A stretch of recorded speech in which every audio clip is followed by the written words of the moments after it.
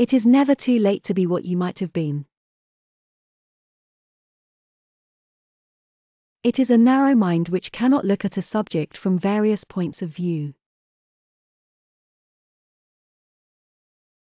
What do we live for, if it is not to make life less difficult for each other?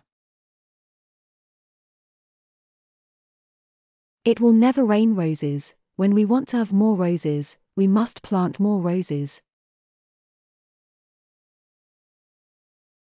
Blessed is the man who, having nothing to say, abstains from giving us wordy evidence of the fact. Adventure is not outside man, it is within. It seems to me we can never give up longing and wishing while we are still alive. There are certain things we feel to be beautiful and good, and we must hunger for them. And, of course, men know best about everything, except what women know better. It is always fatal to have music or poetry interrupted. No evil dooms us hopelessly except the evil we love, and desire to continue in, and make no effort to escape from. Life seems to go on without effort when I am filled with music. Only in the agony of parting do we look into the depths of love. I am not imposed upon by fine words, I can see what actions mean.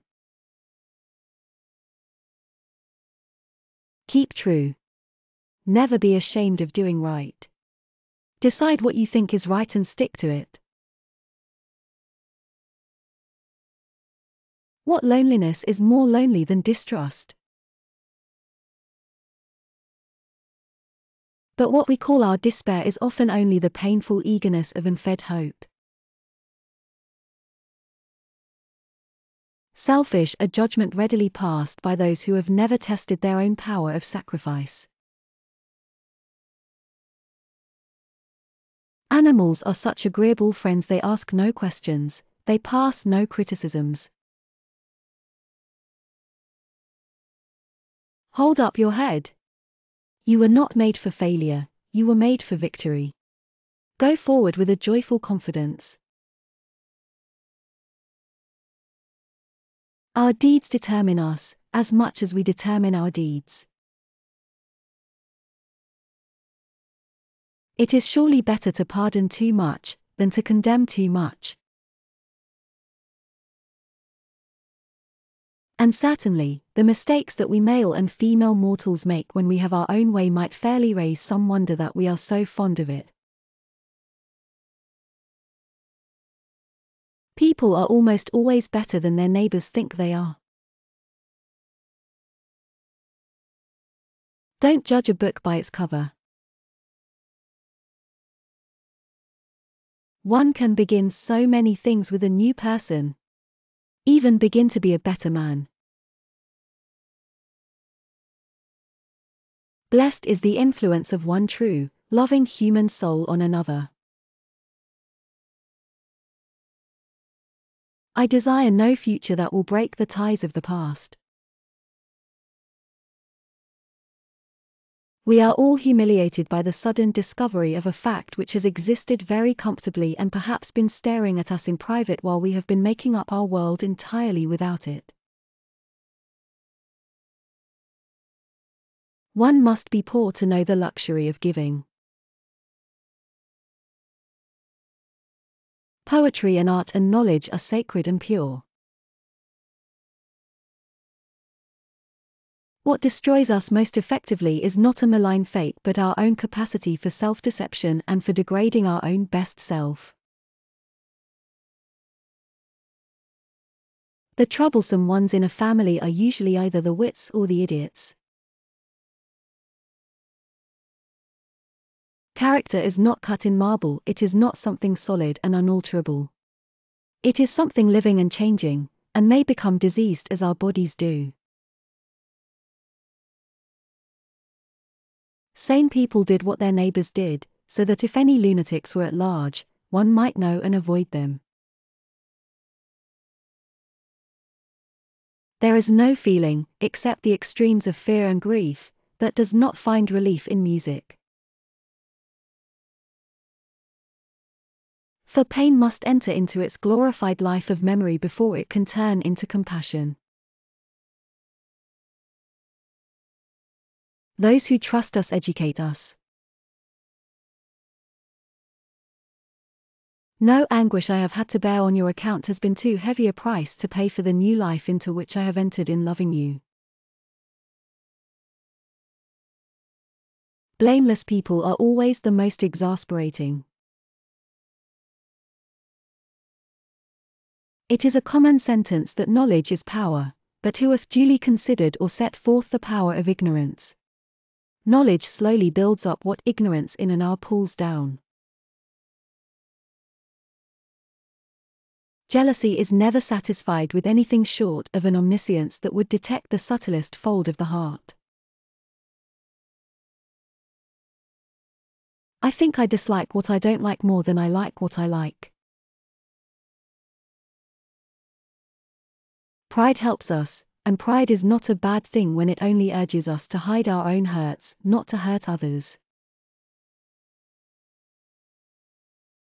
People glorify all sorts of bravery except the bravery they might show on behalf of their nearest neighbors. The responsibility of tolerance lies in those who have the wider vision. It is very hard to say the exact truth, even about your own immediate feelings, much harder than to say something fine about them which is not the exact truth. When death, the great reconciler, has come, it is never our tenderness that we repent of, but our severity. The memory has as many moods as the temper, and shifts its scenery like a diorama. Every limit is a beginning as well as an ending. Men outlive their love, but they don't outlive the consequences of their recklessness. Pride only helps us to be generous, it never makes us so, any more than vanity makes us witty. No story is the same to us after a lapse of time, or rather we who read it are no longer the same interpreters. I don't make myself disagreeable, it is you who find me so. Disagreeable is a word that describes your feelings and not my actions. Nothing is so good as it seems beforehand. A man falling into dark waters seeks a momentary footing even on sliding stones. I protest against any absolute conclusion. Perfect love has a breath of poetry which can exalt the relations of the least instructed human beings. We learn words by rote, but not their meaning, that must be paid for with our lifeblood, and printed in the subtle fibers of our nerves. If one is not to get into a rage sometimes, what is the good of being friends? Few things hold the perception more thoroughly captive than anxiety about what we have got to say. Love has a way of cheating itself consciously, like a child who plays at solitary hide-and-seek, it is pleased with assurances that it all the while disbelieves. I flutter all ways, and fly in none. She was no longer struggling against the perception of facts, but adjusting herself to their clearest perception. Destiny stands by sarcastic with our dramatis personae folded in her hand. We all remember epochs in our experience when some dear expectation dies, or some new motive is born. Upon my word, I think the truth is the hardest missile one can be pelted with. There is a great deal of unmapped country within us which would have to be taken into account in an explanation of our gusts and storms. Her own misery filled her heart, there was no room in it for other people's sorrow. The important work of moving the world forward does not wait to be done by perfect men. Self-consciousness of the manner is the expensive substitute for simplicity. We have all got to exert ourselves a little to keep sane, and call things by the same names as other people call them by. All meanings, we know, depend on the key of interpretation. What novelty is worth that sweet monotony where everything is known and loved because it is known? It's a father's duty to give his sons a fine chance. What greater thing is there for two human souls than to feel that they are joined to strengthen each other, to be at one with each other in silent, unspeakable memories? Mary Ann Evans, known by her pen name George Eliot, was an English novelist, poet, and journalist who lived in the Victorian era from 1819 to 1880. She is best known for her novels, which explored social and moral issues of her time. Her works are characterized by rich character development, psychological insight, and detailed descriptions of rural life. Some of her most famous works include Middlemarch, Bede, and The Mill on the Floss.